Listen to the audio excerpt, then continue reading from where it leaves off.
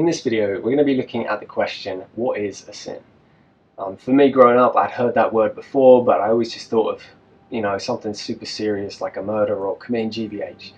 Turns out I was completely wrong. So in this video, we're going to unpack the idea from the ground up. As always, we're going to try and do it in under 100 seconds. So what is a sin? Well, I've heard lots of different definitions before, but the way I always describe this to people is as imperfection. And the reason that I say this is because the literal translation of the word sin is missing the mark. But the proper context for the word should be understood in light of God's perfect and holy standard. So by definition, if you miss the mark of perfection, you're hitting imperfection.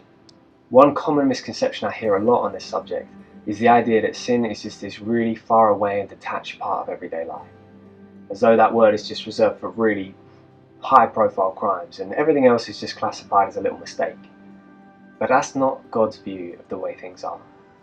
Jesus actually takes it a step further in the Bible and says that even the wrong motivations of our hearts are as bad as the actions themselves. He says that anger and lust are the same as murder and adultery, which sounds harsh at first listen, but when you really think about it, it makes sense because our thoughts are essentially the origins of our actions. See, I think for many of us, we see sin as a mistake, and maybe we've made a couple of mistakes in our lives, but overall we're pretty good people, and God, if He exists, well, He'll probably just forgive us. But when we realise that sin plays a much more pivotal role in our daily lives than that, and it includes our motives, our thoughts, our words, our wrong deeds, as well as the good deeds that we fail to do actually, we realise, wow, this is probably something I do a lot.